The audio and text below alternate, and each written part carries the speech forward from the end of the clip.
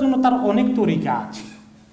কোনো মুসলমান আমাদের মতো লোকদেরকে আল্লাহ তাআলা যেন হেফাজত করেন, আমরা কেউ তো মূর্তি পূজার দিকে যাব না, এই শিরক কুফর করাইতে পারবে না। এখন সে কি করেছে, তার বহু তরিকার মধ্যে একটা তরিকা আছে যে জাদু টোনার তরিকা। এটা তার বিরাট একটা হাতিয়ার মানুষকে শিরকের দিকে নেওয়ার জন্য। কারণ জাদু টোনা করতে হলে কোনটা লাগবে? শিরক করা লাগবে। শিরক আর কুফর ছাড়া জাদু টোনা হবে না, কোনো সেহের হবে না, কোনো জাদু টোনা হবে না শিরক না করলে। এই জন্য এই শিরকের ব্যাপারটাকে আল্লাহ তাআলা এত কন্ডেম করেছেন। নবী করিম সাল্লাল্লাহু আলাইহি সাল্লাম এই বিষয়ে কি বলেছেন যে ইজতানিবুস সাবঈল মুবিকাত, 7টা মহা ধ্বংসকারী বিষয় থেকে সাবধানে থাকবা, এগুলো ধ্বংস করে ফেলবে তোমাকে। 7টা বড় কবিরা গুনাহ, কবিরা গুনার লিস্ট অনেক বেশি, একেবারে 70-80 তার উপরেও আছে। কিতাবুল কাবায়ের ইমাম যাহাবির মধ্যে পড়লে অনেকগুলো পাবেন, কিন্তু তার মধ্যে কোনো কোনো হাদিসে বলছে 7টা বড় বড় কবিরা গুনাহ। তার মধ্যে 1 নম্বর হচ্ছে, সাহাবারা বললেন যে এগুলো থেকে সাবধানে থাকো। রাসূলুল্লাহ সাল্লাল্লাহু আলাইহি ওয়াসাল্লাম বললেন, তো সাহাবারা বললেন ইয়া রাসূলুল্লাহ মাহুন, এই 7টা বড় কবিরা গুনাহ কি? তিনি 1 নম্বরে বললেন শিরক বিল্লাহ, 2 নম্বরে বললেন সেহের, জাদু টোনায় লিপ্ত হওয়া, জাদু টোনার কাজ করা, জাদু টোনা জোগাড় করে নিয়ে আসা, দোনোটা এই কবিরা গুনাহ। আমাদের দেশের লোকেরা তদবিরের জন্য যায়। কেন তদবির জানে? ছেলেটার বিয়ে হয় না, মেয়েটার বিয়ে হয় না, তদবিরের জন্য গেছে। কার কাছে গেছে জানেন? কিছু মুসলমান আছে, কয় মুসলমানরা দিয়ে দিয়ে বলে আমাকে একজনের তাবিজ আনলেন বা তদবির নিয়ে আসলেন কোন একটা কাজের জন্য, মানে বড় সমস্যা যাচ্ছে পারিবারিক, তো 2-3 বার তাবিজ দিছে, দেশে থেকে ফোনে পোস্টে বা মানুষ মাধ্যমে পাঠায়। এখন 2-3-4টা দেওয়ার পরে যখন এটা কাজ করছে না, সো কল মিয়া সাহেব দিছে আর কি যাচ্ছে, কোনো তথাকথিত আলেম না, আলেমের লেভেল কত তা জানি না।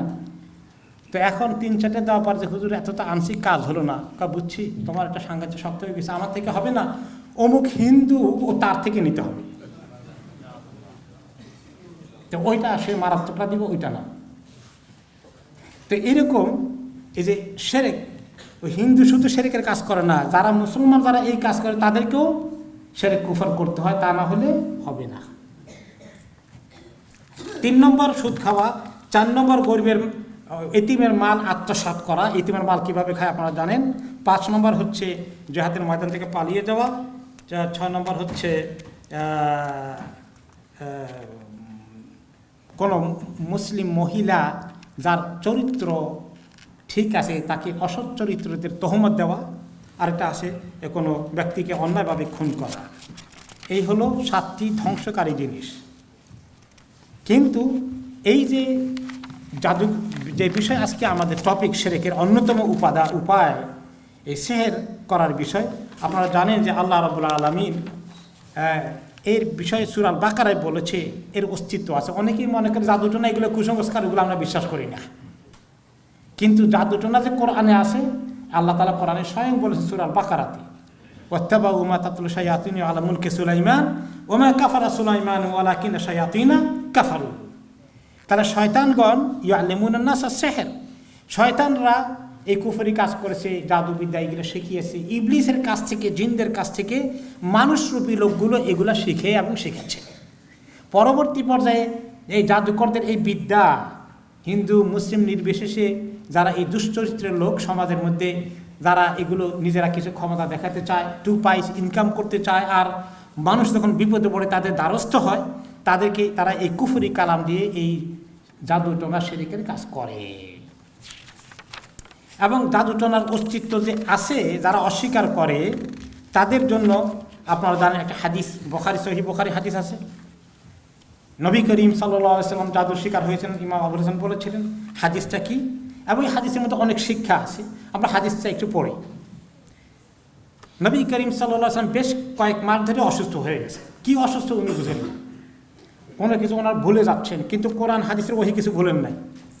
শরীরে এনার্জি কমে গেছে, কিছু কাজ করতে চান, করতে পারেন না, মানে হয়ে যাবে।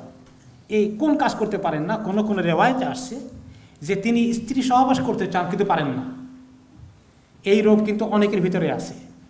কোনো সময় পুরুষ পারছে না, কোনো সময় মহিলা এই কাজ করতে পারে না, যেটা দাম্পত্য জীবনের একটা অধিকার। এর পিছনে এই জিনিস কাজ করে, তারা জানে না, লোকরা ওইদিকে নজর দেয় না, কারণ শয়তানি ভুলে রাখে। তো নবী করিম সাল্লাল্লাহু আলাইহি ওয়াসাল্লাম খুব একদিন আল্লাহর কাছে এমন দোয়া করলেন আর ইস্তেখারা করলেন। করার পরে সকালবেলা তিনি বললেন, মা এই আয়েশা রাদিয়াল্লাহু আনহাকে ডেকে বললেন, শোনো আয়েশা, আমি আমার আল্লাহর কাছে ইস্তেখারা করে জিজ্ঞাসা করছি, জানতে চেয়েছি যে আল্লাহ আমার কি হয়েছে। তো আল্লাহ তাআলা আমাকে জানিয়ে দিয়েছেন। কি জানিয়ে দিয়েছেন? তিনি বললেন তখন যে দুইজন ফেরেশতা আমার কাছে আসলো, একজন আমার শিয়রের পাশে আর একজন পায়ের পাশে, একজন জিব্রাইল, একজন মিকাইল। জিজ্ঞেস করলো, উনি স্বপ্নে দেখেন আর কি, ওনাদের দুইজনের কথা শুনেন, এই লোকটা কি হয়েছে? মা ওয়াজুর রাজুল, এই লোকটার সমস্যা কি? মাতবুব, তাকে জাদু করা হয়েছে।